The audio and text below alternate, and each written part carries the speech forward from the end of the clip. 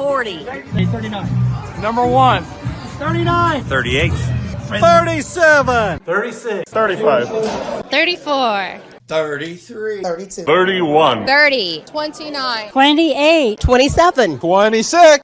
25. 24. 23. 21. 20. 19. 18. 17. 16. 15. 14.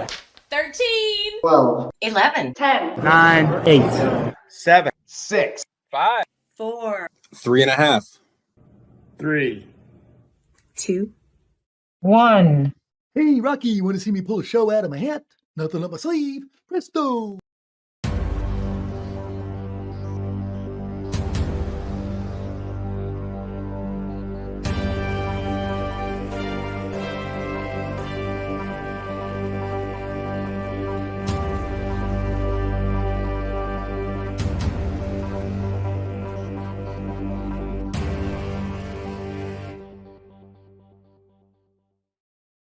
Good evening and welcome to the Mouthwash Talk Show, a minty, fresh take on politics. And we got Amdinger of the show tonight. If you were paying attention to the RNC last week, we got a couple of guests on. Well, actually, Tiffany is our panel, but we got a guest on tonight, David Shelton.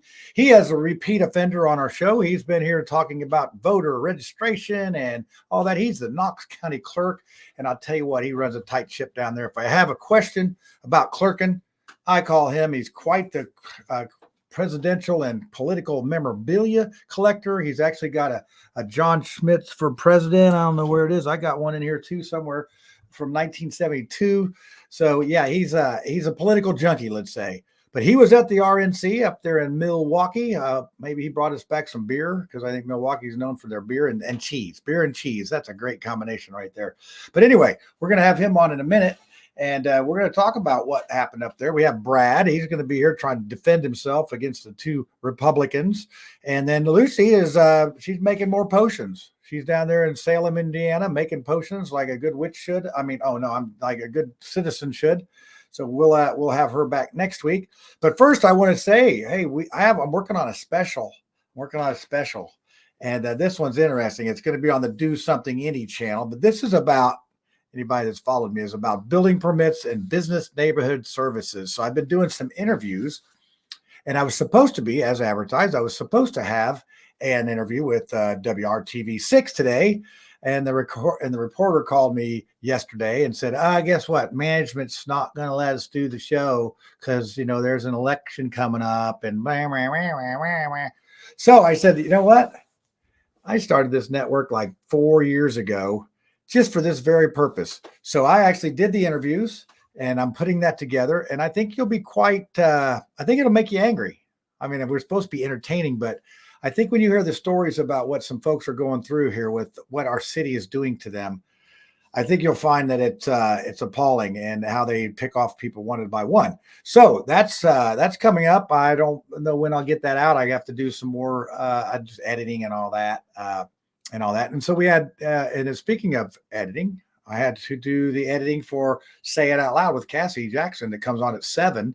And we talked about immigration today. So I don't know how that started happening, but we did. We were supposed to talk about the RNC and assassinations and different candidates, but now that's what we end up talking about. But that's what you get when you have two people with ADHD on the same recording. And that's why we have to edit it, because it's just squirrel over there. And that's how it goes.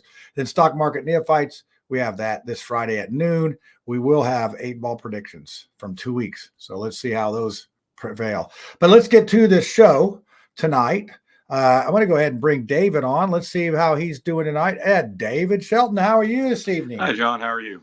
I'm doing good. It looks like you're not in your home state, home city of Vincennes. No, I'm out of town, staying in a hotel room. I got a lunchtime meeting tomorrow up in northern Indiana, so I'm on the road tonight. You've been traveling around. I saw you were at a recount or oversight some recounting of some ballots up in Muncie. That's correct. Delaware County Council race was under recount. We went over that today. It was a long day. Yeah, well, we thank you for staying up late because us old folks, we got to get to bed early because we'll be up at 5 a.m. thinking about stuff. That's what we do as old folks. But we appreciate you coming on and sharing your experience up there at the RNC, the Republican National Convention. So I'm trying to think here if I want to go ahead and play. You know what? I'm going to bring the people on. I'm going to play small talk a little later. Sometimes I'll segue our group from that, but we'll go ahead and bring on Brad first because Tiffanie is still just a little bit excited about things and from being there. So we'll let her stew backstage for a little bit. But Brad, how are you doing? I mean, this is going to be a fun night for you. I got you muted. Hold on. You had a little background noise there. There you go. Now, is Tiffanie still coming down? Is it like a bad? That's why I'm letting her chill backstage because you feel excited of you. She had so much fun up there. Oh yeah. Well, and David, you said you were. John said you were up there too. Yes, I was. I was a delegate from the 8th District. Oh, nice. All right. Yeah. So he's like, we got big time on here. It's Macho Man Camacho type stuff. It was. Well, I mean, yeah. Sure. So wait, did you get to meet Hulk Hogan? I didn't get to meet him. No. He's no Kid Rock or. No. I ran into Laura Trump. I got a picture taken with her, Kevin McCarthy, Riley Gaines. I tried talking to the My Pillow guy, but that was kind of like talking to a brick wall about elections. He was there. He was there. Yeah, he was outside. He didn't speak or anything like that. But, you and that guy are like polar opposites, aren't you? Was Mark Meadows there? I did not see him. Okay, I've been trying to figure out what he's up to. Because it's like a 2-year-old that's quiet in the other room. Something's getting broken. No, I got lucky. I was able to position myself right behind Jim Banks when we did the roll call for the nomination. So I was actually on national TV for 20 or 30 seconds. Yeah, so that's my 15 seconds times 2 right there. Yeah. Well, hey, you got the mouthwash. I mean, that is that is famous so much more. In its own it sense. Really is. All right. Well, we've let Tiffanie stay backstage long enough, so let's bring Tiffanie. How are you doing? I'm going to put you guys up here where you're supposed to go. Hold on, bear with me for just 1 second. I got to get Brad over there on his left. So I don't want him to fall out during the show. I'm on the right. Oh, I can't do it. But anyway, so Tiffanie, look, you're still smiling from the fun that you had. You didn't. I talked to some other people that came back with Legionnaire's disease. They're hacking and coughing. They got no voice and whatnot. You guys just up to burning it up? The final day, I think on Friday when it was time to leave, I was not feeling my best. But when you think about it, you're sitting in the stadium and the seats are close together, and you're also sitting with people from all over the country, and different states got different things going on.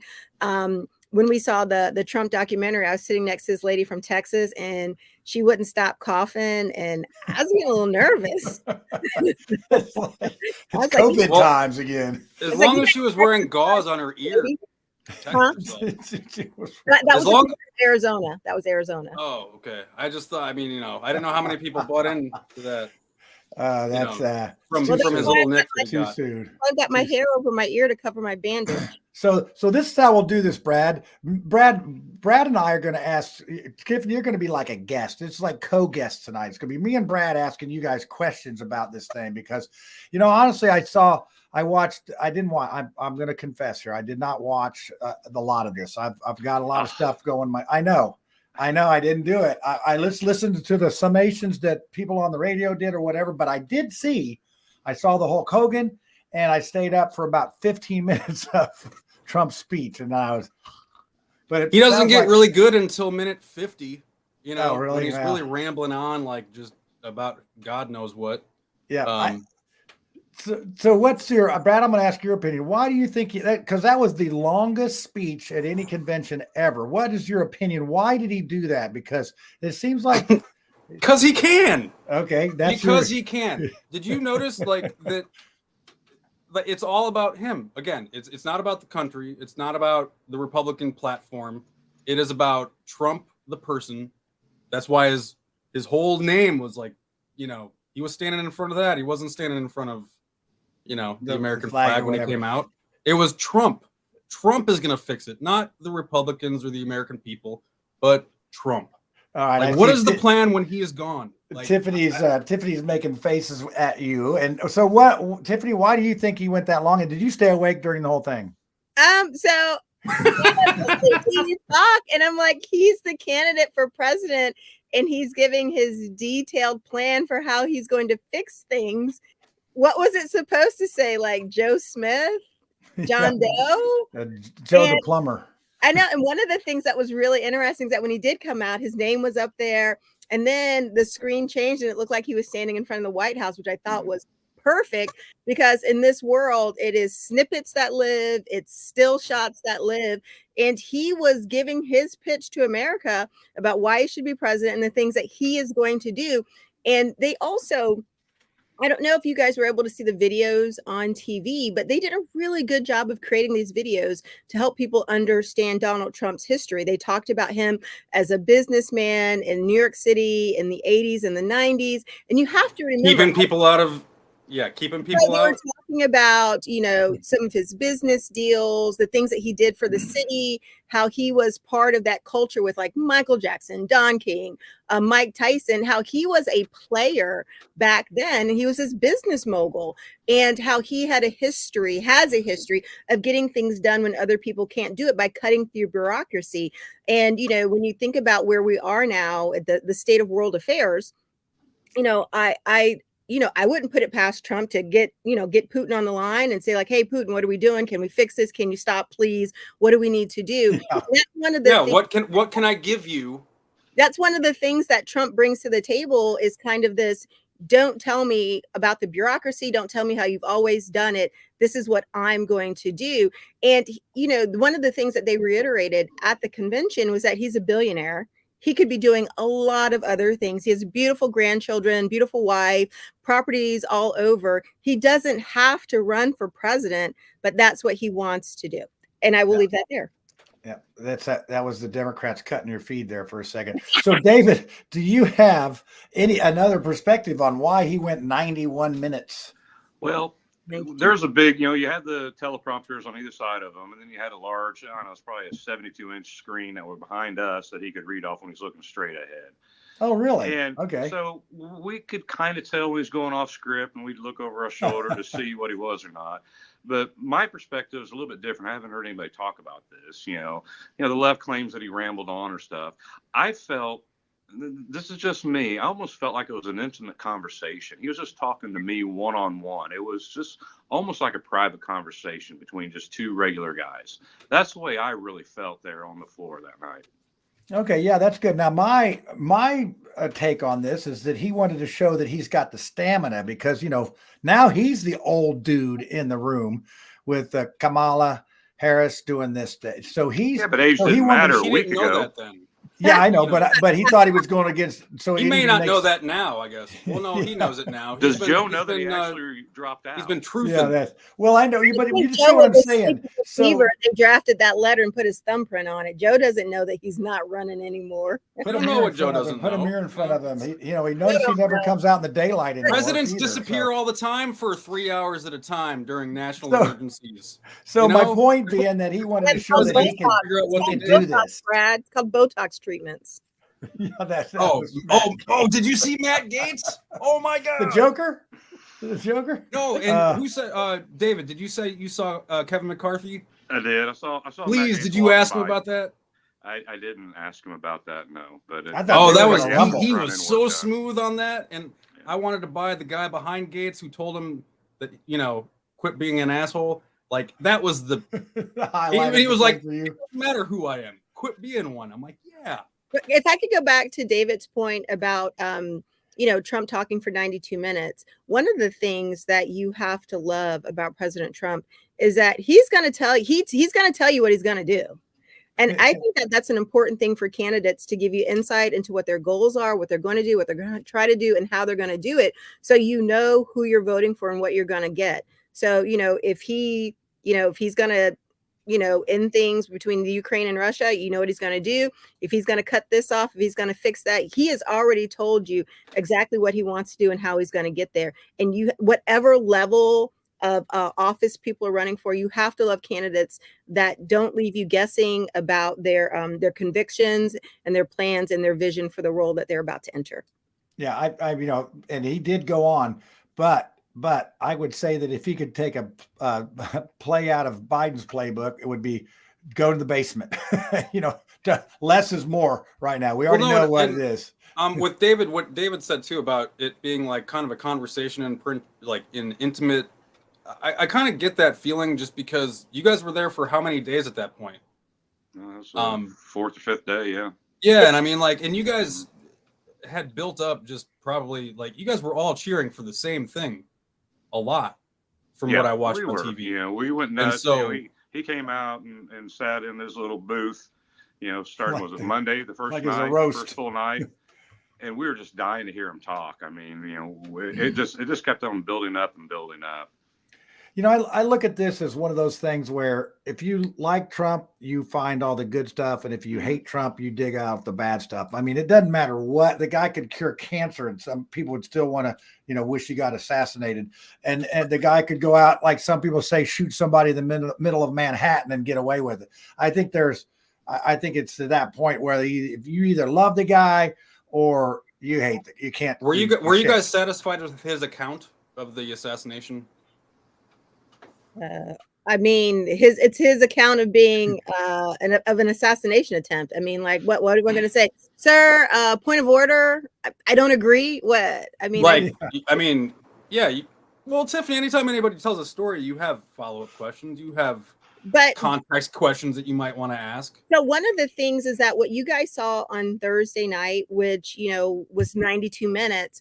I think it was the day prior, the day before, we went to go see this documentary that they've made about, Trump and what he plans to do. It's called Trump's Rescue Mission.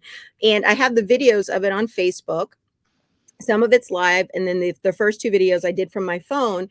And that was his first public speech since the assassination attempt. And he started and he was just talking. And one of the things that happened over the course of that week, when he came out Monday and he was sitting in the chair, he was just kind of down. And, I think a lot of it is like, wow, I was almost killed, probably on some painkillers. And he did seem a little bit reserved. But when he came and he talked to the theater full of people, it took him a while to warm up. And he's telling the story. He's like, I'm running for president. There are other things that I can do. The left is trying to stop me. And oh my goodness, they shot me. They tried to shoot me. And, and he's telling this story and it's a trauma. It's like when we almost get, run over by a car, you almost have a car accident, something happens. And he's retelling this and it is truly a trauma. It's one of the worst traumas ever. Could you imagine somebody aiming at your head and they hit your ear? Just because you went like that. I mean, they've got live cameras on you. So, the intent there was to kill him on national TV, have a video record of it so everybody in the world would see, just something horrible happening to him. And he survived it. And so when he first started talking to the folks in that theater, he started kind of slow and he said, they tried to shoot me, but I really believe God wants me in this role and God spared my life. And then he started talking about what he was going to do. And I believe he was feeding off of the energy of the people who want him to be president. And he needed that, he needed the validation of why he's running and why he's risking his life to be president, because certainly he could just play golf and be with his grandkids every day. Yeah. I'm surprised how much Tiffany, golf he is playing. They who? We want to find out. If we find out who they is. Who's they? Who doesn't want him to be president? Yeah. Like, I mean, who shot him? Like when you said they shot me. Or like they shot him.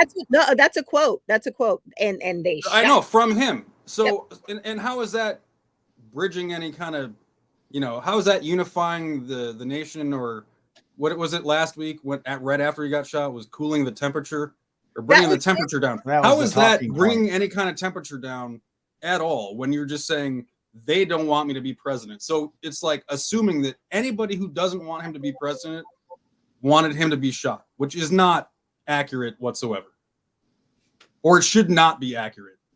Like are you on the same Facebook I'm on?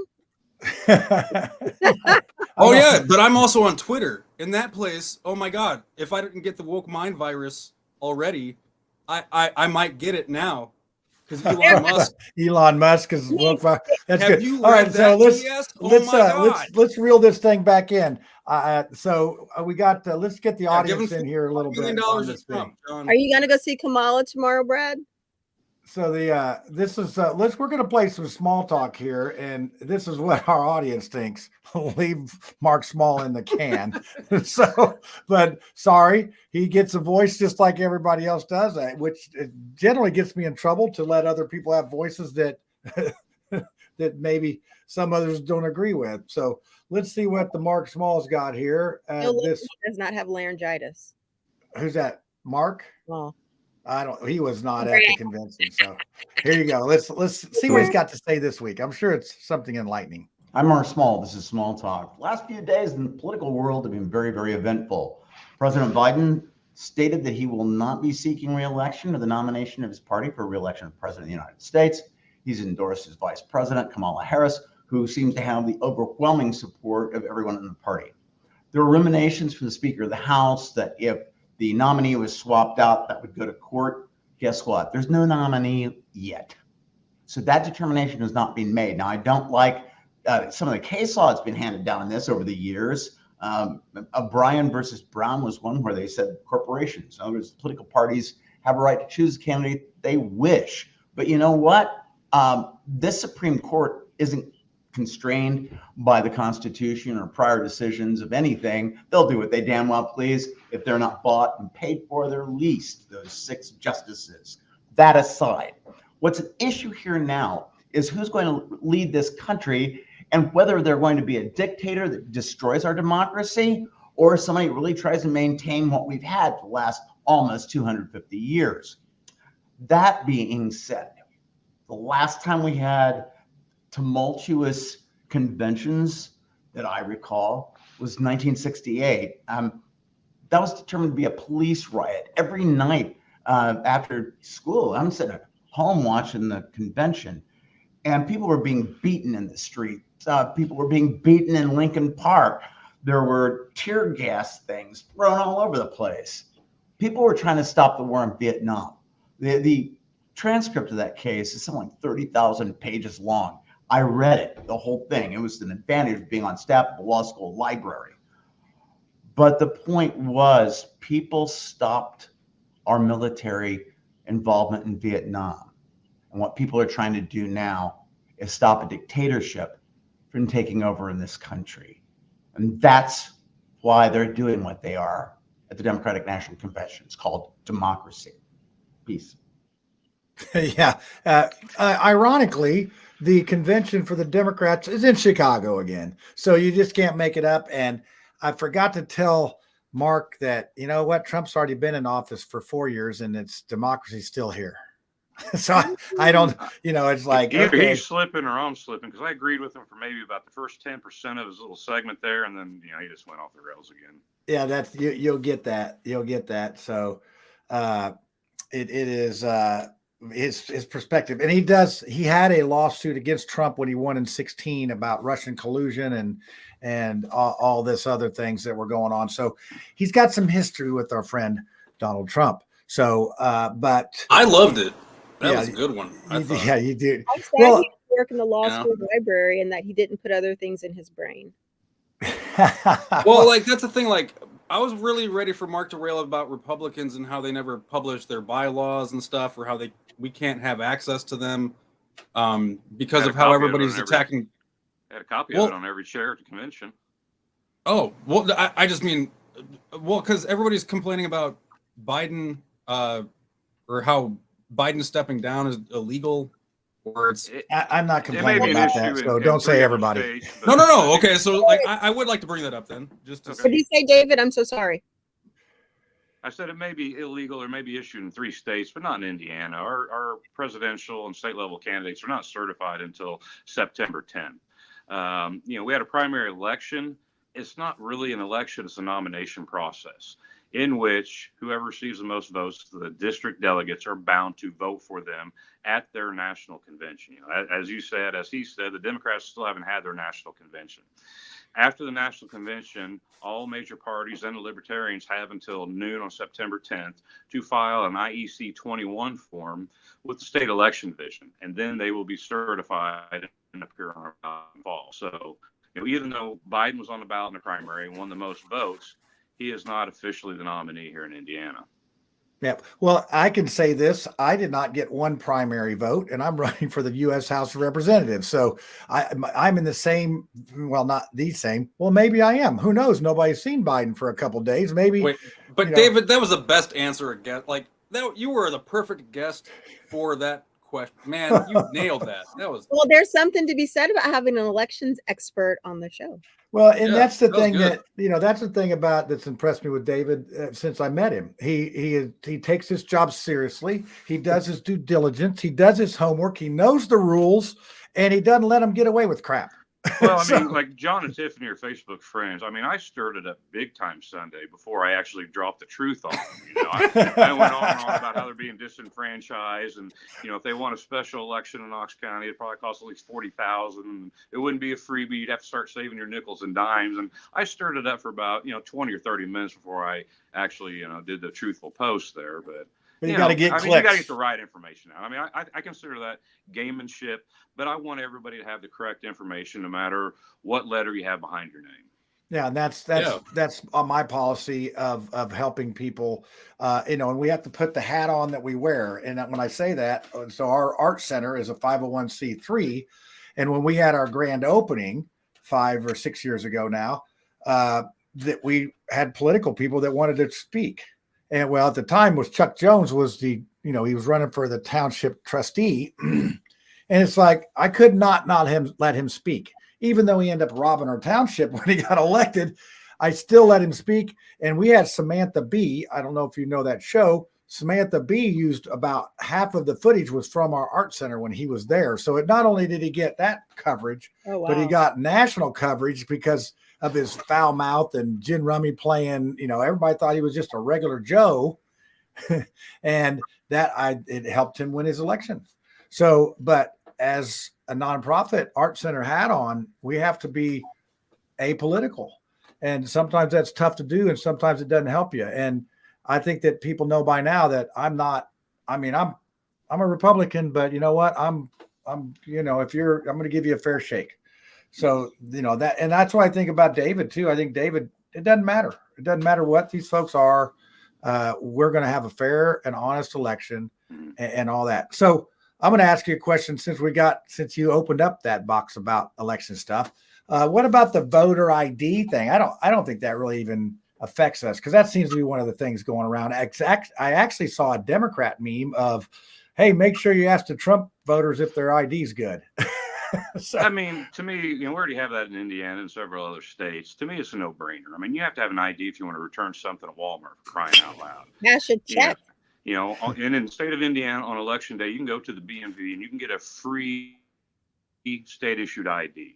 So it is not cumbersome upon basically anybody to get that. I mean, are there some people out there? Yes. I had a 86-year-old woman who's never had a driver's license or an ID want to come vote in person, but she didn't have an ID. Turns out all along she's always asked for an absentee ballot by mail. She provides the last four of her social, she gets it, but she did not have an ID, and she had an opportunity to go get an ID from the BMV, but she just refused to do it for whatever reason. But I think this common sense measure to help secure the integrity of our election process, I'm all for that. It should be nationwide. Yep. I agree with you, David, but my perspective is a little bit different. It's like, I think to fully participate in the United States, it's good to have an ID. You might want to fly. You might want to open a bank account. You might want to vote. You might want to buy a car. You might want a library card. I mean, like, you might want to do something.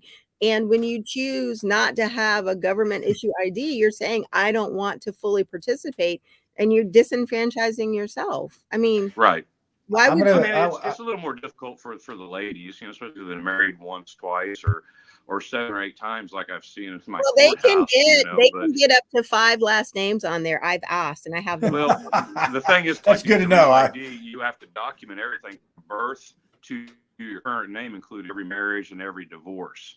So it is cumbersome for the ladies to get the real ID if they want that anymore. I mean, it's not required. You don't have to have a real ID. You can just get a regular ID, but you won't be flying anywhere. Yeah, well, and Tiffany, I would say, you know, I live in Mars Hill. It's actually, that's behind me. That's the Mars Hill neighborhood. That's the Chateau de Mars Hill studio right up there. Well, you can almost see it. There's a lot of people that want to say out of the radar. I mean, there's only about 20% of the people in Mars Hill even vote.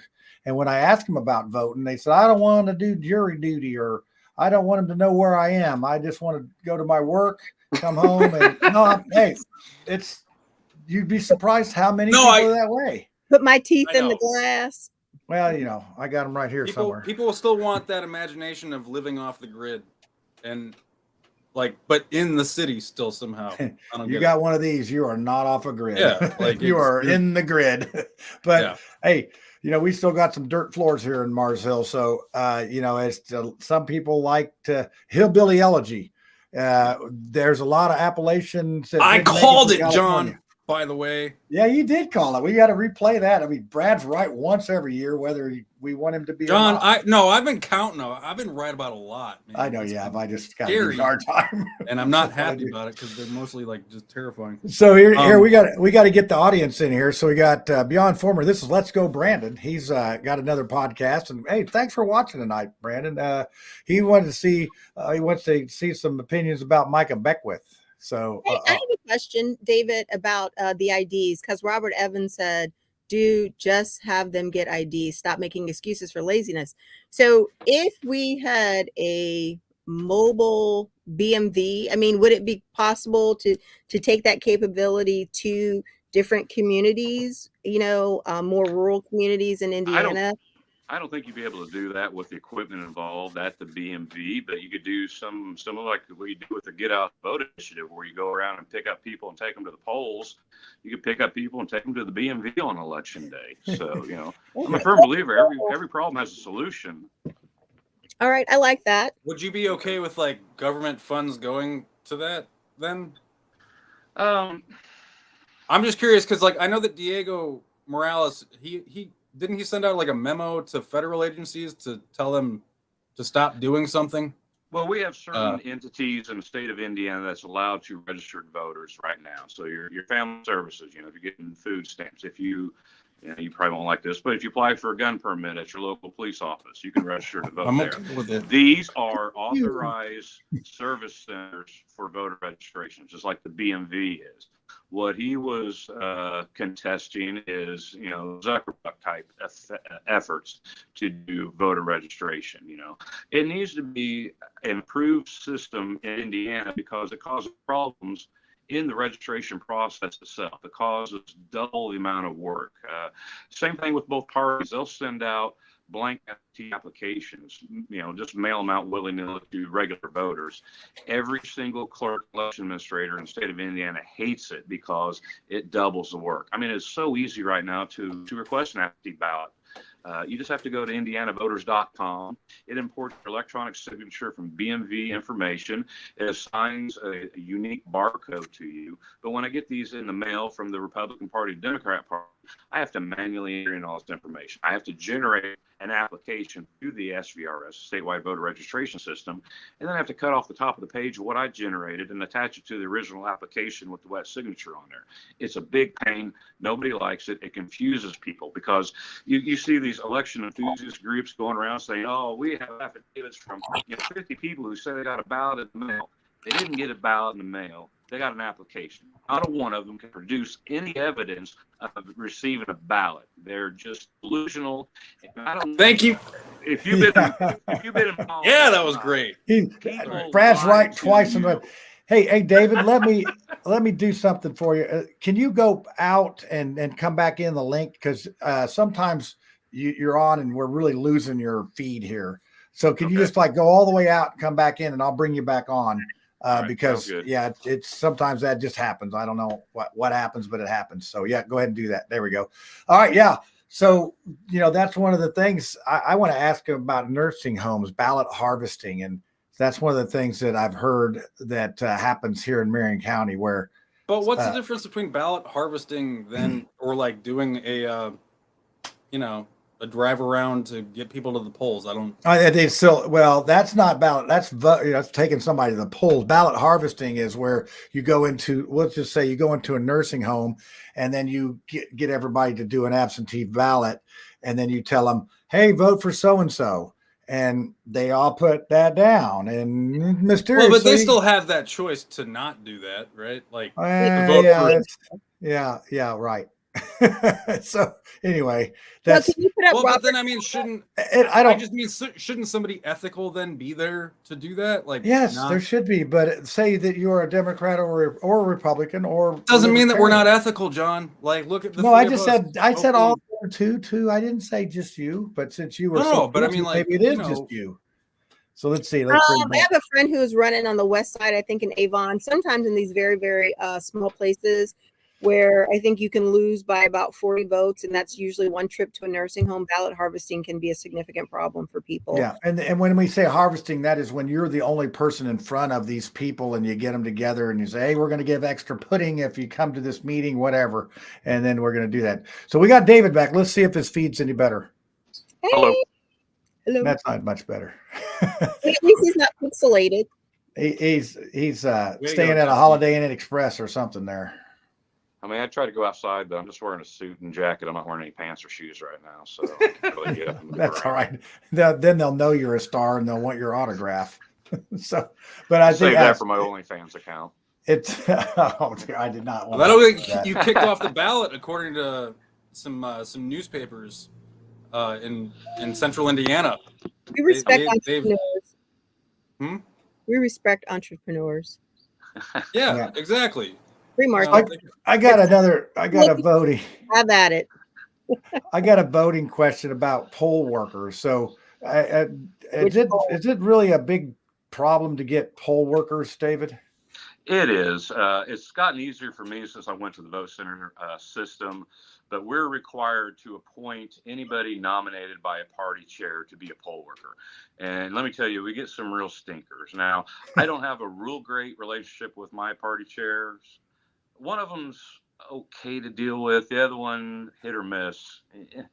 But, fortunately enough, if I really have a problem child, I speak to that county chair and say, yeah, let's not use that person anymore. But it's hard. The deadline is like 3 weeks before an election for them to nominate people. I wish it was further out, almost 6 weeks out, because when you're getting 3 weeks out from an election, I got a lot of other stuff to do. I need to be worried about other things than finding poll workers. So let's back up. Let's back up one thing. I think I got ahead of myself. So walk us through, how do you get a poll? I hear nomination from just parties, but can anybody be a poll worker if you're not in a party? How are you eligible to be a poll worker? To be a poll worker, to be eligible, you have to be a registered voter of that county. That's simple as that. Registered and have a pulse, to be honest with you. We do get emails from different entities that are trying to recruit poll workers. Now, some of them are reputable, some of them maybe not so much. I found in 2020, I'm doing social media dives on some of these random people that contacted my office, and I'm looking at them and they have, Antifa sympathetic type Facebook posts and stuff like that. And that's not exactly somebody I want administering an election in my county. So we just don't use them. But whenever I get somebody to contact my office that wants to be a poll worker, I'll take down their contact information. I'll look up their voting history and contact the appropriate county chair and say, hey, here's somebody's interested. Reach out to them. If you like them, let me know. We'll give them a shot. And if not, thanks for applying, but we don't need you. Yeah. So I guess, now that's being said, hey, if you are listening to this show, watching this show, sign up to be a poll worker. A lot of people, if you want to cry about the voting is not fair or this or that, the best way to find out stuff is to go do it. That's how I went and counted votes. If I want to find out about the education system, I was a substitute teacher for 2 years. So, if you want to find out about something, go do it. It's like this, do something. I mean, the last few elections. I'm sorry. Go ahead, it's almost like it's your civic duty, and in this American experiment, this country that we live in, certainly we all enjoy these rights and freedoms as inalienable rights and things like that. But oftentimes you might have to do just a little something, something. And some people do more. Some people serve in the military. I mean, I think being a school teacher is wonderful public service, but you might have to help work an election. I mean, like, I think more and more Americans need to figure out, what is the least thing I can do, which is more than I'm doing now, which can help my country. My dad is 83 years old, and he is, though he is aging, he's very, very vocal, and he's up on anything that occurs on the news. John Hill knows everything that happens in the news, and he is so opinionated. I don't know where I get it from, but I was like, so your dad was like 60 when he had you then? Is that what you're saying?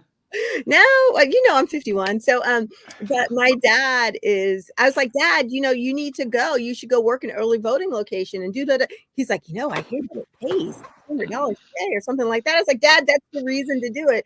But he's got macular degeneration. He's got his prostate issues and, things like that.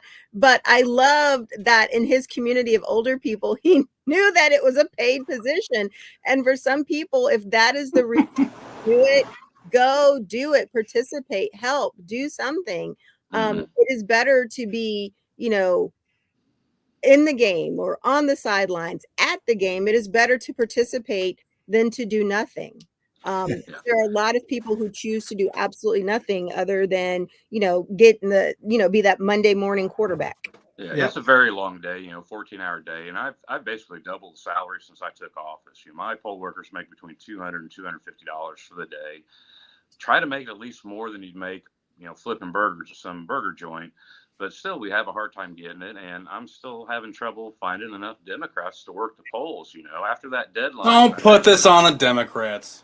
After I'm that kidding, deadline, I don't know. I'm free to appoint anybody. You're pushing it, pal. So I'm appointing Republicans, and I have to tell them, I have to be upfront and honest. I'm appointing you as a Democrat for the day. Now, don't worry. It's not going to affect your credit rating. You don't have to tell me your preferred pronouns or anything like that. Your IQ is not going to drop by 100 points. But just on one form that's not really publicly available, you'll be identified as a Democrat. And I still have people that turn me down because they just don't want to do that. Yeah, that'll go on their record, man. I don't care what you say. But it would go on their record as truly serving their country to ensure that there's some election integrity and that a poll center can open. I mean, that's at the end of the day, it's about making sure that everybody has a chance to cast their vote. And it's a sacrifice. It's like if somebody on a piece of paper writes down that you're a Democrat, I mean, you don't have to put it on your refrigerator or show it to people. It's just the sacrifice that you're making. People sacrifice in different ways. Yeah, well, you talk about doing stuff, and it's interesting because this is the most insulting, but to my face. I tried to brush over, Brad. I tried to brush right over that, but you wouldn't let me. No, it was like, oh, those poor people are so sad that they have to identify as a Democrat. Wait a minute, could you make that kind of who in the comments could be a Democrat for a day to work the polling location so that other people could vote? Well, nobody would take that up. Oh, no. I don't know. We got some people, which is interesting. I think in Knox County also authorizes you to park in a handicapped parking spot too if you're a Democrat for the day. Right. Take the short bus to the location. It is. So Beyond Former was getting a haircut. Brandon, let's go, Brandon. He said, "What I miss? Hey, Brandon, we signed you up to be a poll worker as a Democrat down in Knox County while you were gone. So there you go. Nobody's gonna find out. Yeah, nobody's gonna find out. You bring us back some cantaloupes. It's like riding a moped. Nobody's going to know that you like it. Nobody's. Yeah, everybody's going to know. Mind. I don't even want to tell that joke. But so what's interesting tonight is we actually have some YouTube viewers that are in the comments. So if you do watch on YouTube, we got now. This is one of my favorite ones. This is Melissa Hubbard. Melly Wood. Sorry, I don't want to give away her. She said the least thing she could do is fill out the paperwork, run for PC and delegate. Thanks, John. So we were able to get people involved, and she had a wonderful time. And she was somebody that was very instrumental in getting Greg Ballard elected back in the Tea Party days. In fact, she birthed the Tea Party from her loins up in the near north side of Indianapolis. John, I'm time. excited for you to get elected and get some kind of security clearance, but you just proved that you're gonna have some issues. I know. What's his name? I just gave away 7 spies in the Middle East.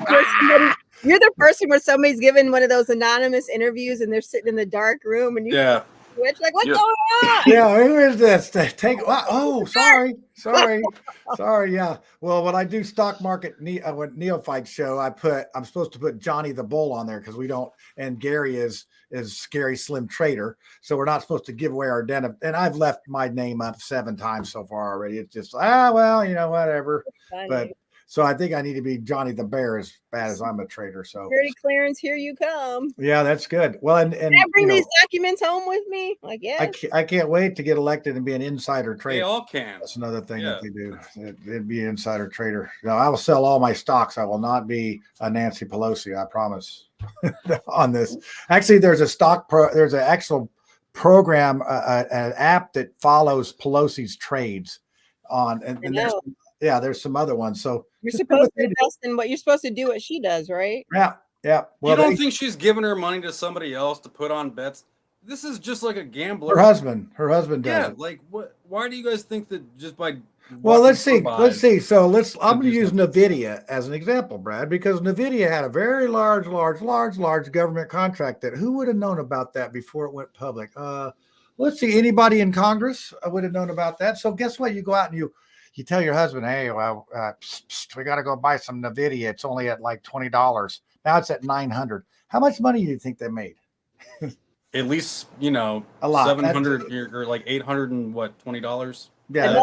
See, David, see how fast I he counts? You want the answer to that, you're just going to have to get hold of Nancy Pelosi, but I don't have her number. Yeah, you don't have her number. Yeah, it's like she's enough to invite friends over really late and get in arguments. And Tiffanie, you need to give her some tips. You can't make jokes like that, Tiffanie. You can't make jokes about when people get attacked, because if people get attacked, that's not a joking manner. Turn down the temperature. You got to turn down the temperature, Tiffany. Because Tiffany, blah, blah, blah, speaking about Tiffany, you need to help Nancy Pelosi with her eyebrows because they're JD crazy. Vance needs to help Nancy Pelosi. Have you seen JD Vance with his mascara game?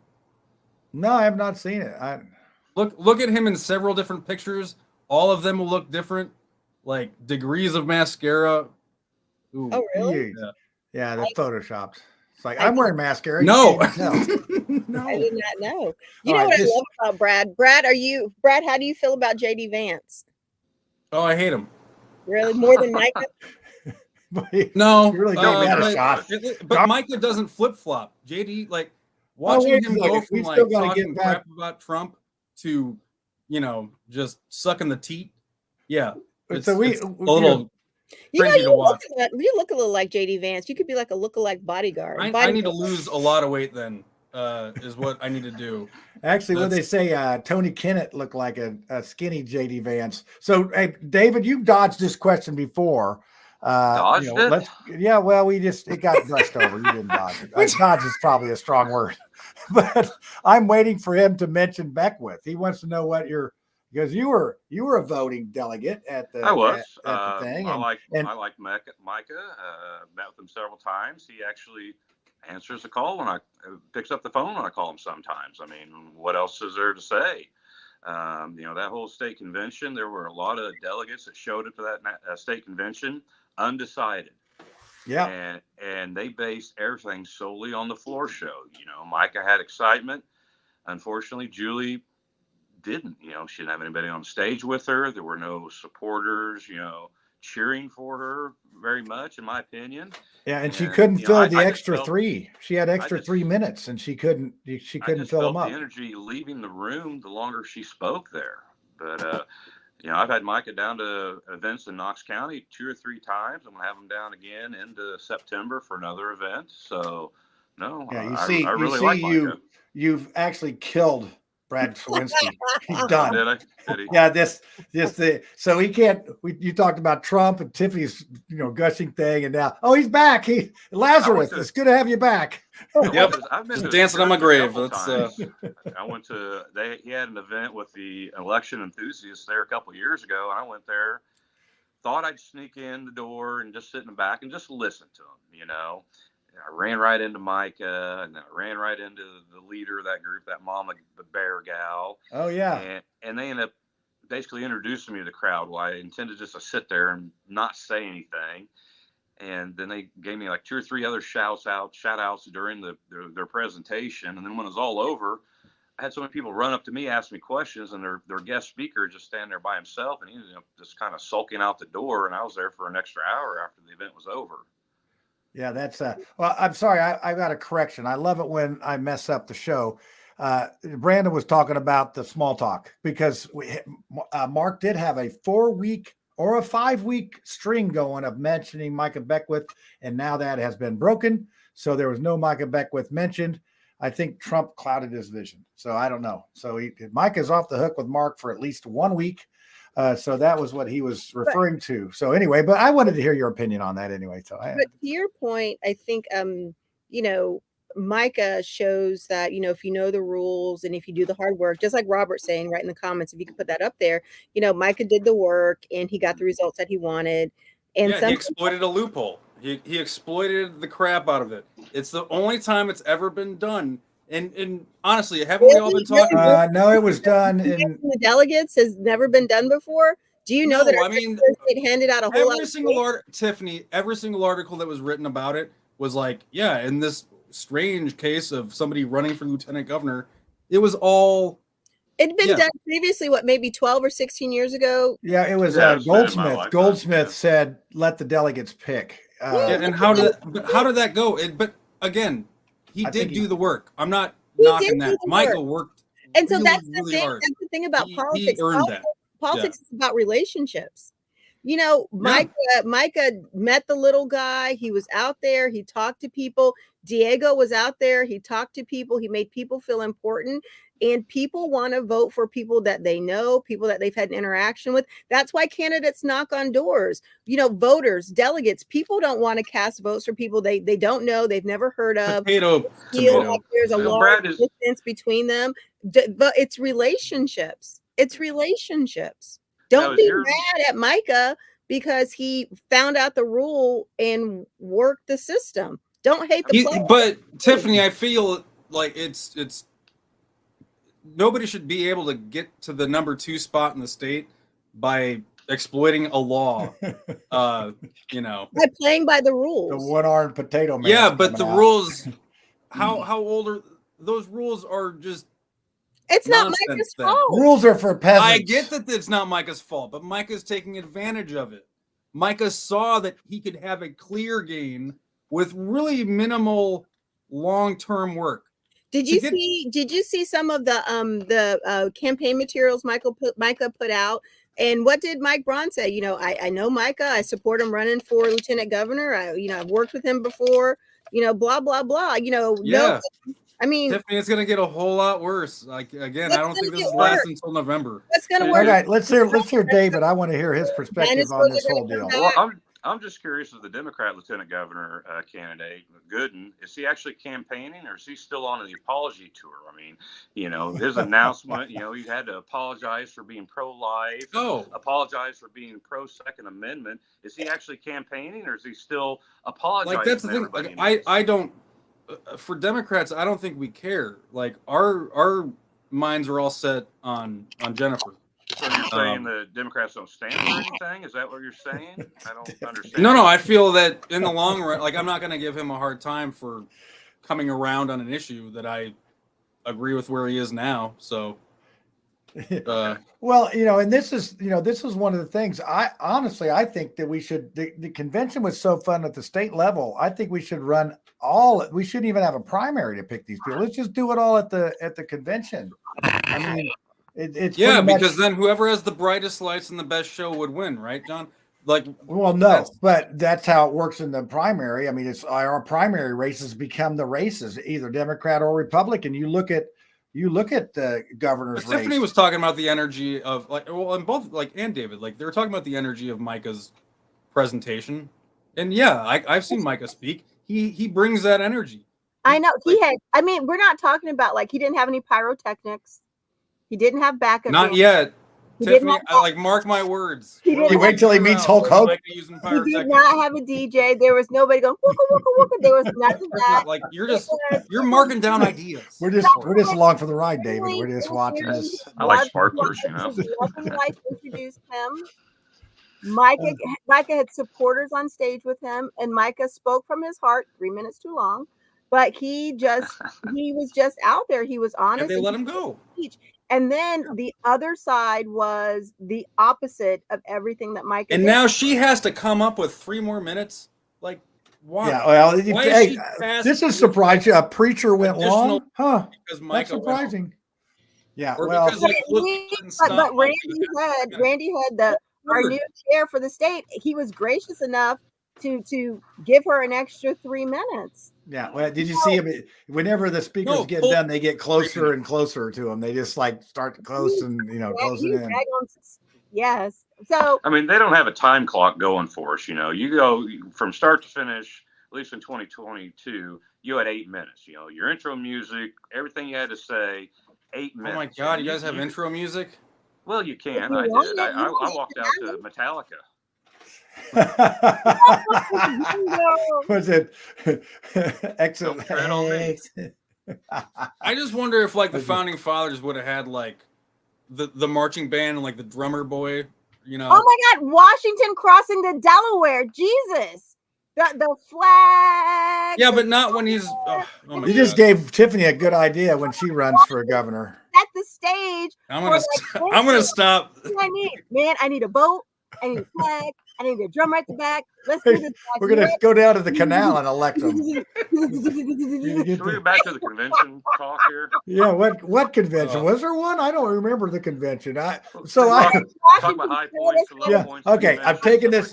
You two be quiet. Me and David just been watching you guys argue for the last 20 minutes, but that's okay. It's I feel like I haven't spoken at all, man. Yeah, you're really a shell of yourself tonight there for sure. A Shelton of yourself, maybe. You see what I did there? So David, who was your favorite speaker at this deal? Well, before that, I just want to give a shout out to Anne Hathaway, our former state chair. She's in charge of the Devil Wears Prada. She did a wonderful job. She took care of the Indiana delegation. We had a hotel just right outside the wire. I mean, the entry point into the Hardin area was right there. Traditionally, the state of the nominee is front and center. That was Florida.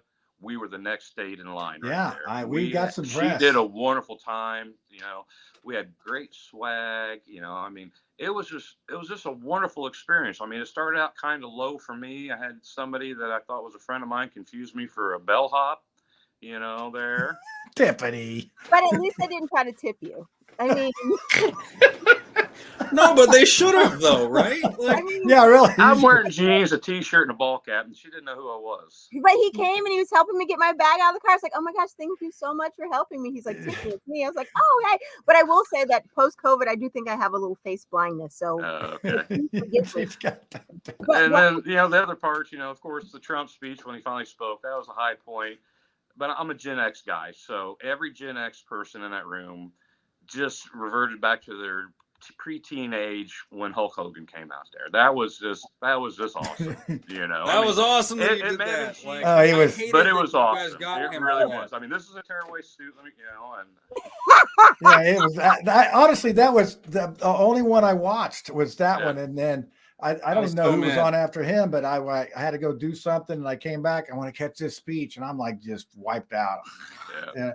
But I can see the energy, and like I said, I did see Banks. I think I saw a clip of Banks nominating Trump, and you were standing over there to the other side of him and smiling like you were like photobombing that thing like a beast. So you should have like ripped off your shirt too, but you didn't know. So let's go with the second best one. Who was now was Kid Rock there too? I didn't. He was same night. I don't know. It was fun, but he censored himself. I mean, it's on national TV, so the song he sang has a lot of profanity in it, and he just kind of stopped singing where the profanity came up. So it wasn't as great as it could have been. Well, it's the party of censorship. So Yeah, get ready. Get ready, Brad. We're going to send you to Moscow or somewhere. You guys set that one up for family yourselves. TV, Brad. You guys So- don't understand what being appropriate. Who is. sits at home and watches the national convention? Whatever. I know. Don't do that. A lot of people do that. watched it. How many Either millions? go or stay home. John, Like, one of you the don't- things that was really interesting was, and David was talking about the perimeter, is, you go through the magnetometers, they check your bags, only clear bags. And after Friday on the drive home, when I stopped, we stopped someplace for something, and I missed the security of the perimeter. I don't know how many law enforcement officers were there, but it was neat because they had them from different states. We sent like Indiana State Police, from North Carolina, Tulsa, Tampa, from all over the United States. And so you've got these delegates, and then you've got this national collection of policemen keeping us safe. And coming out of dollars at work, a couple of days after, the assassination attempt, for them to heighten the security, not just for President Trump, but for all of us, because in a setting like that, we do all become targets. And I really, really appreciated them. I saw some folks from Greensboro, North Carolina, where I'm from. I took pictures with some of our Indiana State Police, and everybody's just walking by and just thanking them for being there. Thank you so much for being here. Thank you so much for keeping us safe. And the Gen X in me, there was this one guy, he was Secret Service. Here we go. He's from DC. And I was like, look at you looking like Albie Shore. I was like, my name is Albie Shore. So it was Welcome to the 90s. right. But it was just really, really nice. And it was very, very safe. That would be when you feel really safe, it's a different kind of thing. It's just a different kind of energy when you can be with that many people, 50,000 people across the United States in a super safe environment. Wow. So Tiffany, who was your, we had a lot of political people, maybe day number 3 or whatever. Who was your favorite one in there? I mean, when Vivek's day was, when so I missed Monday evening because I had to leave for a city council meeting. I had a working session and I had a city council meeting. So I did miss Monday evening. But one of the speakers, I think it was on day 3 or day 4, and David, you can correct me. There was a school teacher from Charlotte, North Carolina, and she said that she had worked in the correction system for a number of years, and then she left corrections to work in the schools. And same difference. As a teacher, she was assaulted in the classroom, and she said she was safer working in the DOC with felons than she was working in schools. And she made the case for for school choice, for keeping our schools safe, for teachers being able to teach in safer environments, and how the violence in schools has gotten out of hand, how children aren't being fully disciplined. And that is something that I think needs to be packaged and shared. Just, our teachers, people who choose to teach, because I do believe that is community service. I really, really do. They need to be in the safest environments possible, so that they can do their jobs. And children need to go to school prepared to learn, as much as that's possible. But to be safer working in a prison than you are working in a school. Wow. The discipline is much harsher though in a prison. Like if you do something, put them in the can. The thing is I mean, like the littlest thing. They are children. I mean, like, one, if you go to school and if you're fighting, like the fights that you see on Twitter, on X, if kids are fighting like that, it's like, number one, what do you come to school for? How are you being raised? What kind of repercussions are there in school to be deterrents to that? And also these kids are not being prosecuted. You start prosecuting a couple of kids who fight like that, who beat up teachers, you will end this. Yes. We need to bring back stockades. Put them in stockades in the cafeteria. I agree. Like, all right, well, let's get back to David. They've hijacked the show again. Did you not notice that? Yeah, it's like, we got a guest down here. So, so were you there for Vivek in that day of that group of speakers? Yes. Yeah, I was. There was a short period of time, half hour to 45 minutes, where I tried to trade out with alternate delegates just so they could experience what it was like on the floor. So I missed the teacher that Tiffany was talking about, but I was on the floor for Vivek and the last day because I did not want to be anywhere other than the floor when Trump came out to speak. So I was selfish that day and I stayed there the whole time. Well, that's nice of you to let some others in, because I know that's one of the things that, there's a lot of people that wanted to be there and they couldn't. So, and my lovely wife, she watched almost the whole thing. She's like my spy spy for it, but she's recovering from foot surgery. So she's at that stage now where she's getting well enough that she still can't do any weight bearing. And so she's still crazy. Let's just put it that way. David, what kind of adjustment is being made since Kamala's, the candidate now, or becoming the candidate here in for Indiana, Trump? As far as our elections, you mean? Or what? For Trump in general, absolutely nothing, his message. The state election division has not certified any candidates, so I mean, it hasn't affected our elections at all. They won't. We have a deadline. I think it's September 16th or 17th that we have to print our ballots. So we're still basically. I just mean do you think Trump has I don't know? Some people think he's kind of freaking out. I don't think so. I think the only part of the whole thing that's really freaking Trump out is if Biden actually leaves office, and then he's going to have to do merge. So instead of the 45/47 stuff, it's going to be 45/48. I think that's the only concern Trump has. It does not. He's got to reprint some stuff. Yeah. Yeah, because isn't the Lester Brandon crowd, aren't they all mad because now their gear isn't going to be worth as much? It'll be vintage. I don't think that's any concern whatsoever. I mean, not to Trump, but yeah. But aside, when is people ever concerned to Trump? But aside from the merch, I think that we're in this space where if your current president tells you he's not going to run for re-election, makes him kind of a lame duck. But then also he's suffering from COVID. He's canceled a week of events. Like, who is running the country because Kamala's on the campaign trail? Who's in charge? It's like Home Alone. He is. There's some little. He is. I mean, I don't understand. Who's on first? That whole Jim Banks jumped on that bandwagon of being like, if he can't run for re-election, he's unfit to serve now. I'm like, that is the dumbest. I want him to say, I don't want Kamala to be the incumbent of anything. You asked what I think Trump thinks about Kamala being his opponent. I think he is totally unburdened by what has been. Okay. But today is tomorrow, just yesterday. Yeah. Brad, you're gonna have to deal with this. I like the one interview where they ask her, "Have you been to the border?" We've been to the border. We see the border, and the guy goes, "Have you been to the border?" No, I haven't been to the border. But I'm like, "What the?" And she's in charge of the border. So yeah, there's going to be some. One job, Kamala. One job. Yeah, it's like one job. That's it. Well, and Trump had a job. Trump had a job to lead us through COVID, and he failed miserably. I don't know. I think they got a vaccine. So why would we give him another chance? We think he's going to do great if we get any kind of a hiccup. Why would you think that? A lot to clean up. I mean, yeah. I mean, Biden had a lot of wars. Hey, I got a question for you, Brad. I got a question for you. If COVID did not happen, Trump would have been president, hands down. But but COVID happened, and his leadership through that, it erased any kind of hope for a lot of people, I think. So one of the questions that I don't hear people even asking or talking about is how many wars were going on when Trump was in office, and then how many have we had since then? But the wars don't.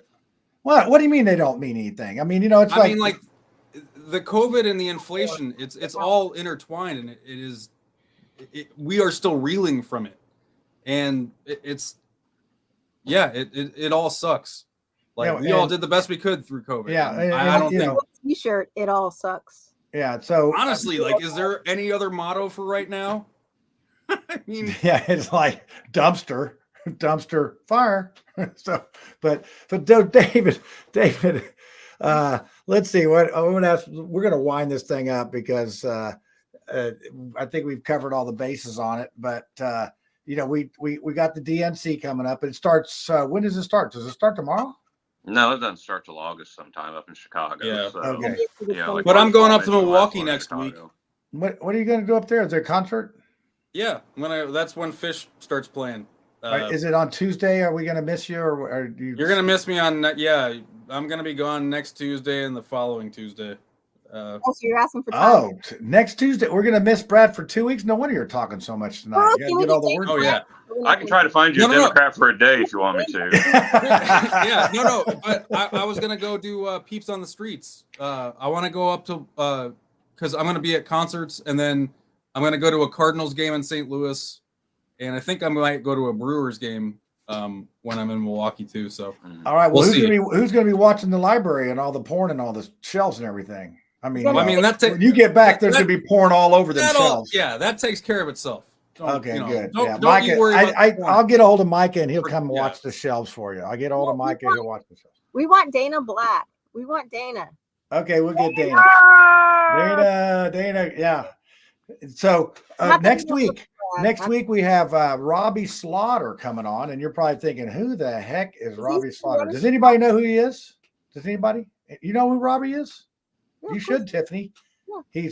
You do know? Okay. He's actually running as an independent against Victoria Sparks, and he got all of his signatures together to do that. And he wants to be on the show. Wants to, not like David. We had to drag him on the show. Now we'd have to drag him on the show, but David, sounds better. I want David to come back on because I feel like Tiffany really hijacked the show and talked a lot without cause. I'm just kidding. I'm really sorry, man. But yeah. Look, she had to mute herself so she didn't cuss you out on the air. Yeah. Look, she's sad in the potato head. She's got the eyeballs going towards you. So that's not good. Well, hey, David, you want to do conspiracy theory? I'll just watch from home. Watch from home. Okay. Yeah. That's, I don't know if we even have any. We don't have Lucy here. She's like, what's the topic of the day? I don't know what it's going to, I think it's going to obviously be Biden, where's he and all that. So whatever. And Kamala and, who knows? Wait, David, did you get the results of the recount that you were doing? Yes, can you share them? We tabulated them. With our recounts with the election process in Indiana, the only real wiggle room comes with your absentee ballots. We did reject one ballot because it did not have the bipartisan initials on there. So unfortunately, the petitioning candidate lost the vote. Actually, we could tell that. No. But we still have to total everything up. I was on a commission with two attorneys, and they got to be the smartest people in the room, so they had to tabulate it. It was probably all the liberals and the leftists. No. Did the power go out a couple times and all that? No, that didn't happen. We okay. started at 8:30 and we took about a half-hour lunch and we finished up right about 5 p.m. today. Yeah, well, you saw how fast Brad did that math about the NVIDIA stock. I mean, he's definitely a candidate, and he's a Democrat, so he can come down. I was doing division in my it's like a beast. I mean, I can see it going. So, all right. Well, David, we'll take you off the air. We'll do the conspiracy theory without you. I've got a feeling you may be running for something, and I may vote for you because I like how you do it. I'm gonna keep my options open. Yeah, that's right.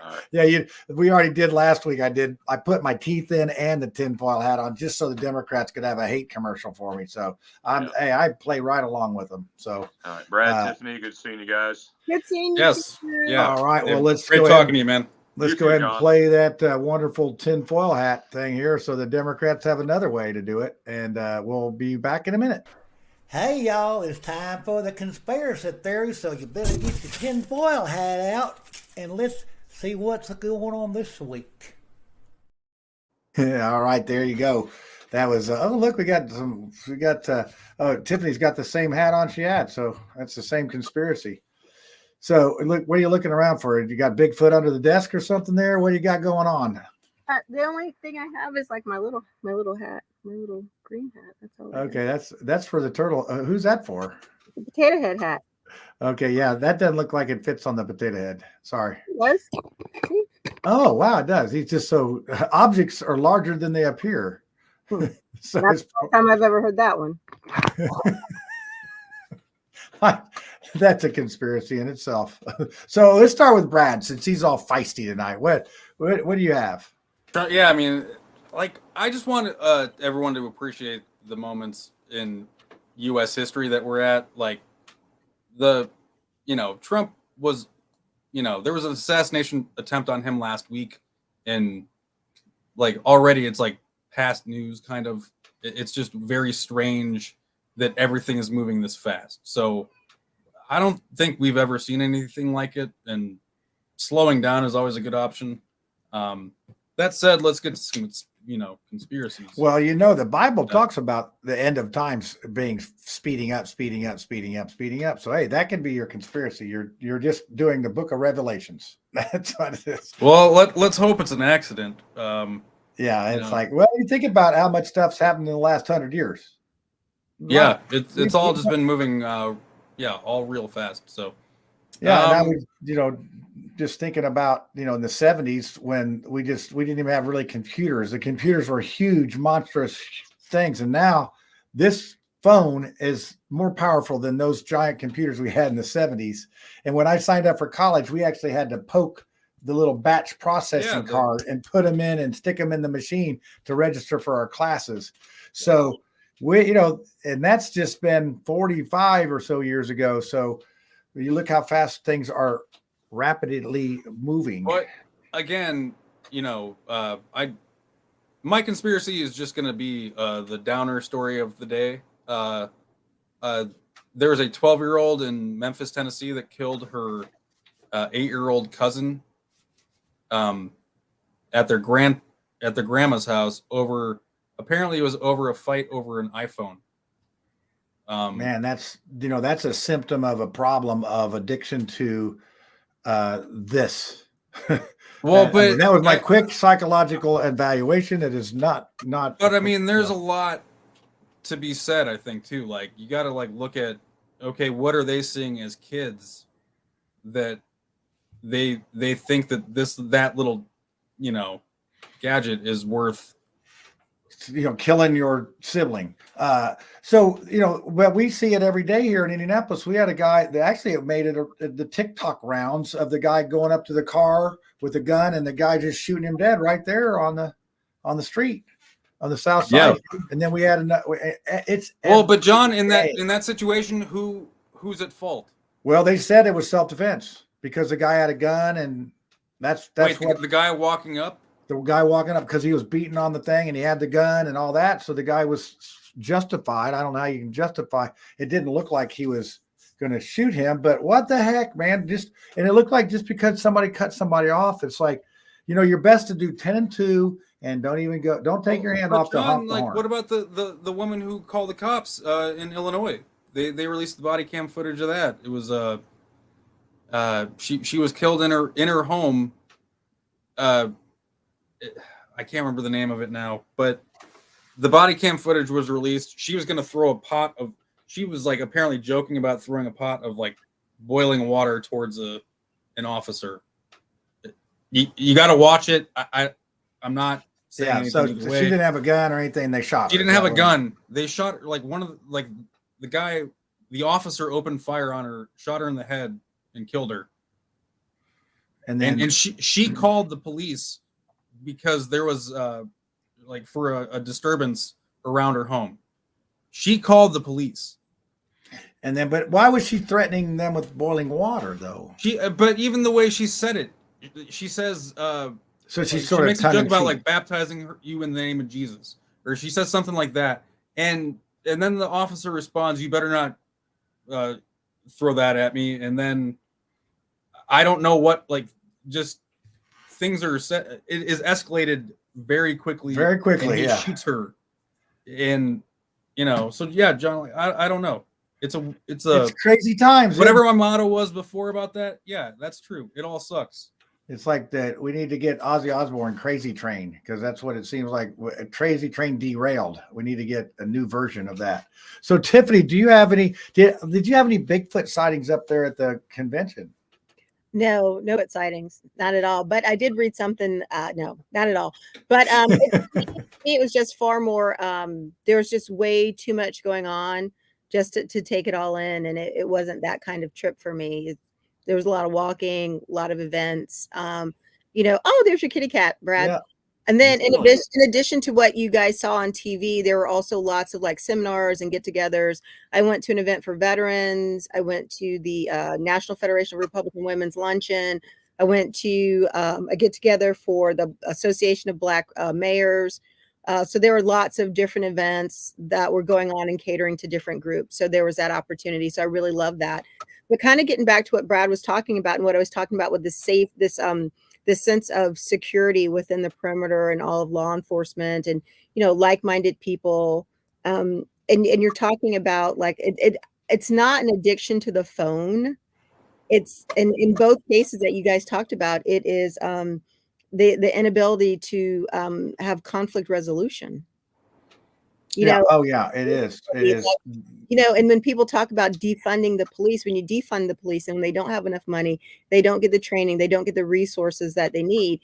And in every scenario, every place around the United States, you want well-trained, well-funded policemen so that in hopes that they are getting de-escalation training and the result of some type of, verbal disagreement is not, using a weapon like that.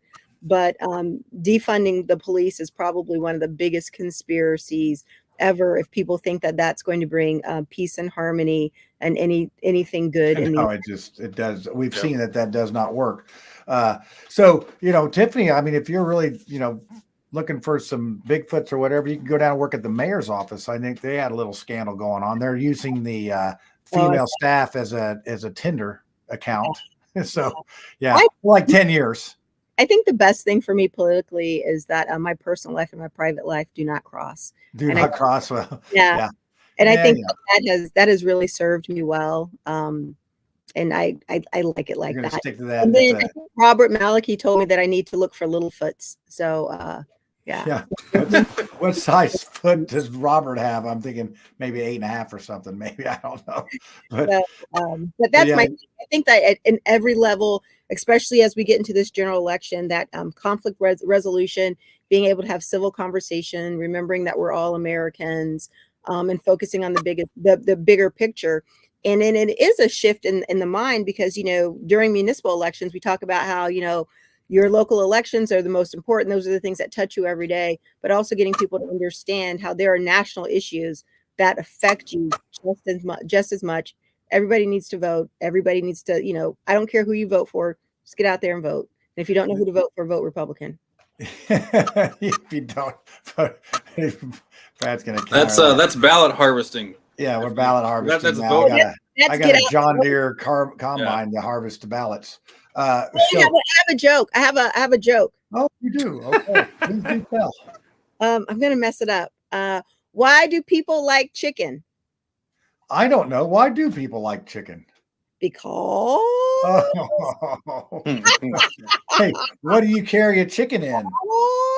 What do you carry a chicken in? A bucket.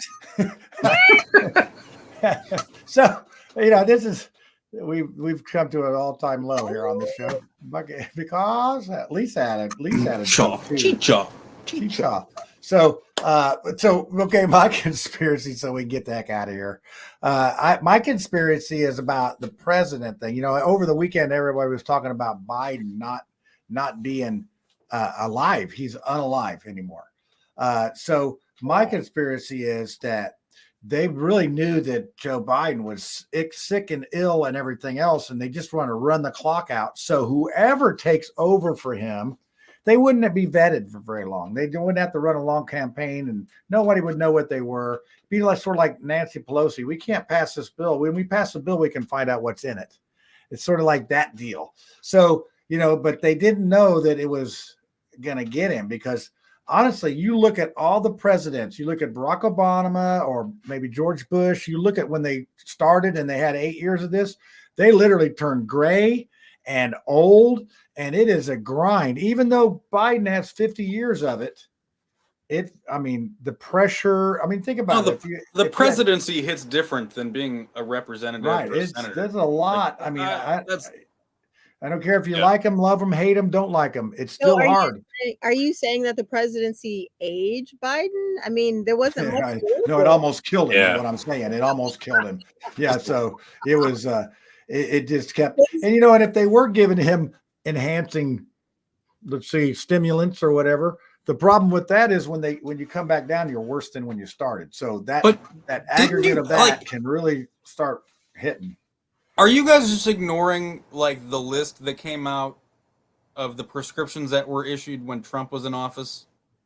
But he seems to be eating Big Macs and not even slowing down. I don't. Yeah, he's just slamming. The only thing that's happened with Trump is his hair's got smaller.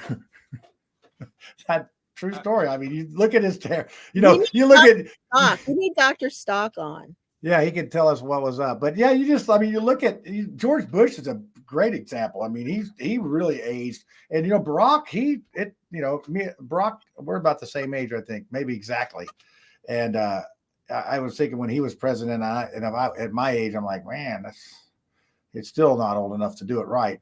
But so you look at the aging, and you look at the pressure, and you look at the schedule. I mean, I got this new thing. I've never had a schedule before. Now I have a schedule that I have to follow, and it's like I got to check it to see because I got something. Yeah, it's all. After a while, you're just like a machine.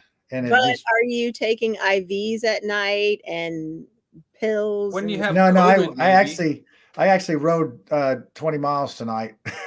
John, I know. Well, I'm trying to get back in shape a little bit, so it was fun. It was fun trying to, if I don't get crashed or killed on our beautiful Indianapolis roads. So that's my conspiracy, that they just they were really hoping to ride Biden for a lot, at least a couple more months, but that horse didn't make it. He's at the glue factory. A conspiracy theory. Biden doesn't have COVID. Biden doesn't have COVID. They just made that up. But he's got all the boosters, Brad. I mean, he's got like 3 or 4 or 5 or 8 boosters, and he's got the COVID. What the third time? He's had it 3 times now. Listen, Trump was the one who said the COVID vaccine was going to be a miracle cure. So he must have had him give Biden something else. For people who got issues, I guess it's a good thing. I know people get boosted, triple boosted. If you're comprised or. Yeah, that's what we need Dr. Stock on here. That's the thing. We got to quit giving the politicians the credit for anything medicinal. Anything. By the way, you can stop at anything. Just no credit whatsoever. Yeah, it's better if they stay out of it. It's like, yes, just please stay out of it. So that's my deal. Okay, kids, you've done a great job tonight. You were really entertaining. Me and David love listening to you. This is good. So hey, next week we've got Robbie Slaughter on. Now this is going to be interesting. So he's running for the U.S. Why is it going to be interesting? Well, because he's an independent guy, and I've met him. I signed his petition to get on the ballot, and he's a very interesting guy. So that's why it's going to be interesting. Is of beating the incumbent. I don't know. Everybody's got a chance, right? We're going to have to listen to his story. How does that work? I mean, so you can vote. Yeah, you just go in and vote for him as an independent. He's got an I by his name. I mean, I think Bernie Sanders. He's I already don't like him. I like you. I'm a realist. Well, let's see. Tiffany, base your how you like him on Brad. How Brad? If Brad says he likes him, you don't. Okay. If Brad says he doesn't like him, then you do. That's easy to do right there. I think Robbie's a great guy. So Brad, you don't know Robbie? No. I mean, with the last name Slaughter, I mean, it'd be good if you're running for a Cowboy of the Year or something like that. No, he needs to come in like ammo gear or camo and like a little hat. I'll make sure to mention that to him. I don't think that's what he's going to come in at. Slaughter. Well, but we'll see. We'll see. Maybe I'll get some tips because he's running in the 5th and I'm running in the 7th. So we're both running in odd numbers. So, John, I did see that Andre Carson came out and endorsed Kamala. Oh, yeah. So quickly. Yeah. So I don't think I'm going to endorse her. So, I mean, I just don't think I'm going to. She's supposed to be here tomorrow. She's coming in, which means Dan Jones will be shut down. I love it. I just make sure I don't go that way.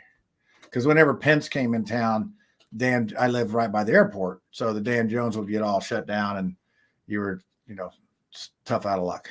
So they said security would be minimal. So maybe that same old lady's doing the same lady that did the Trump things. That sounds terrifying. And why would they announce it that way? Well, they gave us a window of, it's like she's going to be right here on this spot that's X'd out at so and so. Security. In a convertible, and then we're putting the blind school in charge of the thing, so it's okay. Did you guys touch on last week that Social Security lady, not the Secret Service lady who? What people said would look like what Melissa McCarthy couldn't reholster her. She couldn't holster her gun. She did it twice. That was Pat on Saturday Night Live was the other one that they said it's Pat. But I mean, it's like she was just sort of freaking out a little bit, but Well, I don't know. until Trump actually comes out and says, what hit his ear, and if it was just release it all. Let the doctors talk. Yeah, well, I mean, There's been no press conference when a presidential candidate Well, I will tell was you taken to a hospital. Like the doctors didn't come out and say anything. You guys don't find that weird, and you guys have been complaining. The whole about thing's weird, Biden. Brad. The whole thing's Yes. weird. So keep complaining about it then. Like I'm not complaining. What are you saying, Brad? I'm so sorry. Your lips are moving, but I understand what you're saying. Oh, here we go. We almost got off of the show before this happened. Are you saying that you don't know what hit President Trump's ear? Is that what you're saying? Yeah. Like, was it a bullet fragment? Was it just a piece of something? They said it was a Did bullet. it require stitches? How many stitches? I think Trump the same loves amount of talking about stitches. himself. Did you not see the letter that his doctor released? Did you not see that? What did it say? Did it give specifics, or did it say Donald? That. the So bravest I'm man? gonna guess because the police chief died from a shot to the head that it was a bullet. You mean the fire fireman. chief. Yeah. You mean the one that Trump kissed his helmet on with the coat that misspelled his name? Dude, you better check watch yourself at the door on that one. That's how they misspelled his name. That's That how his name was and on he his kissed his jacket. helmet. Really? Trump is the most insincere. Like you can tell it's just a show, and it is disgusting to watch. Wow. We're all speechless at this So time. I mean, it's like, so are you're totally overlooking the loss of life. No, I'm not. Like that was there. That is terrible. I've talked about that before. Okay, well, Brad, the reason his name is misspelled is that's the abbreviated version because it didn't fit on his official uniform, so they didn't change that out. So that has already been. Actually, that's a good conspiracy theory. You actually have one. Didn't even know it. Central casting, like they were like, "Hey, Hollywood, send me over a jacket and a hat." No, I don't know. But You better- again, even if you think Donald Trump is the most insincere person in the world, I mean, he recognized that at his rally, 2 people were hurt, 1 person died, and somebody was shooting at him. And had he not looked to reference a graph, he would have been killed. He would have taken a bullet to the head. All of that is not okay. None of it is okay. It goes back to conflict resolution. And I'm talking about transparency, though, about this event. I'm happy that the Secret Service director she resigned. Like she Did had she finally to. resign? She had to go. Fine. Like Oh, I didn't know that. I just saw that there's they a were lot of grilling her. answers that still need to be.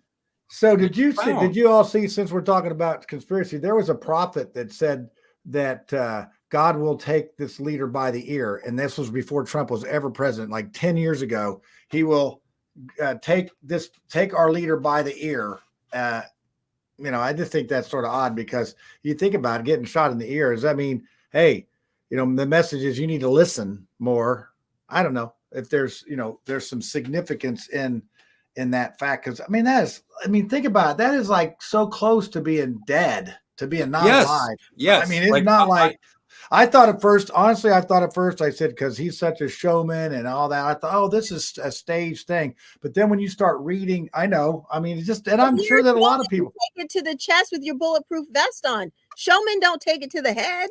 No, they don't. That's what I'm saying. But then they talked about the shooter the wind was blowing a certain way, and that's why those bullets veered off.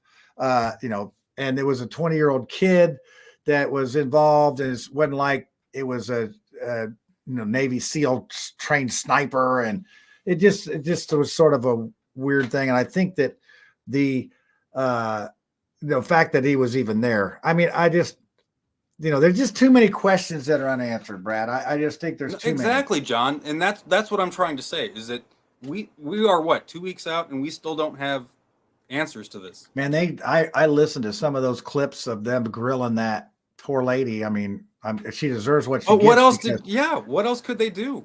Yeah. And both sides deserved to have that moment to it's funny, she seemed absolute in her position of not resigning as much as Biden did about not stepping down. And both of those escalated quite quickly. Biden out within, he was defiant of on the Friday. Oh, I'm not going. And then by Sunday we haven't, he's out. So it's just the pressure, I think, is from the political insiders or the political people is, significant. The pressure is to do your job with excellence. That's the pressure. That is absolutely the pressure. And if you cannot secure a perimeter, it's like leaving Afghanistan. Move out your perimeter, do your job. The Trump administration gave them a plan for exiting Afghanistan, and they put it on the shelf. You get what you get. Do your job with excellence. Think about it. I heard him talking about when Trump was negotiating with the Taliban, and he said, "I want to get out of Afghanistan." And you notice that Biden got out pretty quickly after he got in office, but Trump had already set that up. And this guy was talking about, he was in the room, and the leader of the Taliban was sitting there. He says, and he's telling him that no American will be harmed if you withdraw. And Trump looked at him and he says, if a hair on any of their head is touched, I will kill you. And he slides across a picture of his family's house with the drone footage on it, and slides that across from him and walks out the room. And this guy said, man, that's stone cold that to be able to just do that, right to the guy's face. So I don't know. It was one of the security guys that was talking about that.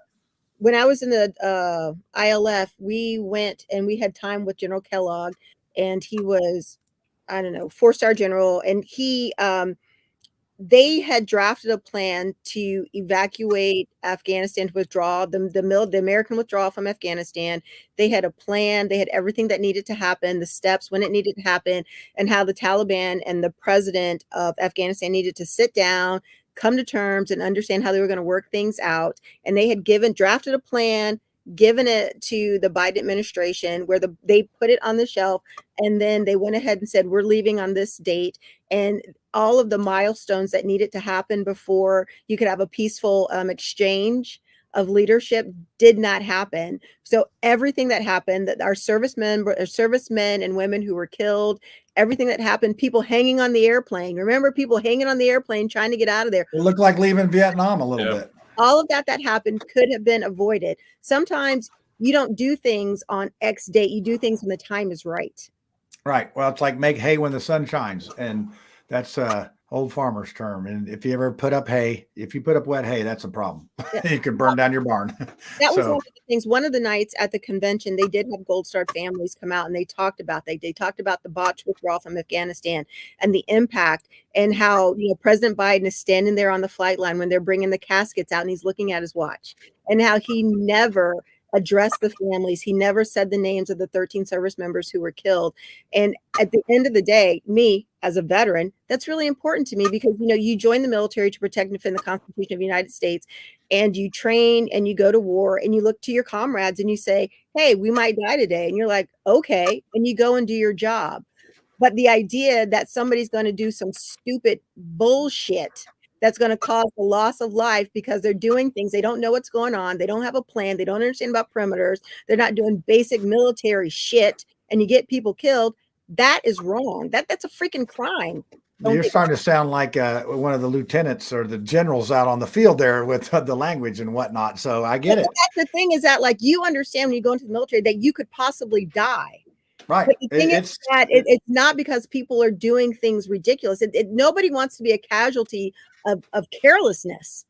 That's the thing. Nobody wants to commemorate or spend time on Memorial Day thinking about somebody who died over some stupid crap because we didn't have the right perimeter, we weren't doing things on the right timeline. Not only was there severe loss of life, $85 billion in equipment left behind, though military equipment, it was not born there. When you go to war, now they're using it against us. So it's not only, it's a double loss. You bring it in. If anything, you start to withdraw your equipment, you withdraw your people. I mean, there's a way you go in and you come out. I mean, like when I was active duty, services officer, we would go and we'd set up bases, and there were phases as to how you set up a base, and there's phases as to how you withdraw and move out of a base. And so just to throw those principles out just because you're trying to hit a timeline, bullshit. Sorry. Yeah, and it was it's definitely was an issue. All right, well, now I'm pulling the plug on this thing because we're almost turning this into a 2-hour show, which is okay. We have no time frame. We got no sponsors to satisfy. We can speak freely, and only thing that's on the line is our political careers. So don't feel bad about it. So anyway, hey, let's look forward to next week. Same bat time, same bat channel. Maybe the potion maker Lucy will be back here. And maybe Mark Small will get back on the Micah Beckwith string, see if he can beat his 5 in a row. I don't know. It's early. It's early. So, all right, everybody say goodbye and good night. Good night. Good night. Yeah.